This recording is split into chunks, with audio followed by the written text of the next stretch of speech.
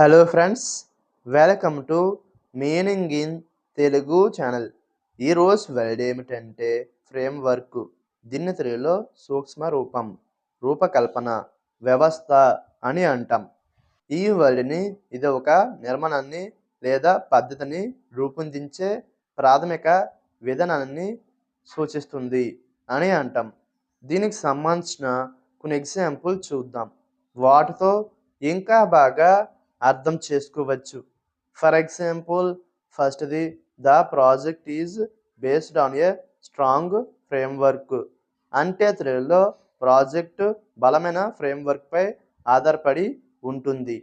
దీని next example and final example, the new law provides A framework for better governance.